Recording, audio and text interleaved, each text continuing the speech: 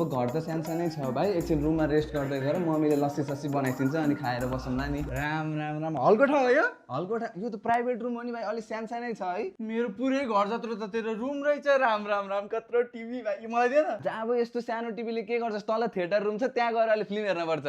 घरमै फिल्म हल? के गर्नु, यस्तै छ, बरु फ्रेस हुनुपर्छ अनि वासरुम त्यहाँ छ है। ए तेरो कोठाभित्रै टोयलेट छ भनेपछि तलका सबै यहीँ आउँछन् होला है? ए भाइ, हरेक रुममा प्राइभेट वासरुम हुन्छ के भनेको। वासरुम? टोयलेट। त्यसो भन्न त अनि।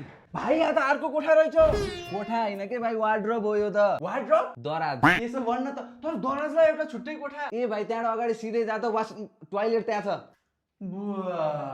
भाइ टोयलेट त बसा त। ए भाइ, गएर खुरखुर काम गरेर आइज त। टोयलेटमै चित्र बनाहान, कस्तो खतरा।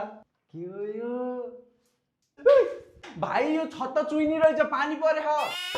ए भाइ, त्यो सावर हो, नुहाउने ठाउँ हो त। राम राम राम। यसको टोयलेटै डेन्जरस छ यार। भयो भाइ। मजाक गर्छस् त पनि। मामुले सोधिसिनु भएको थियो, के खान्छस्, एस्प्रेसो, डोपी हो, लाते? दुध हालेको चिया।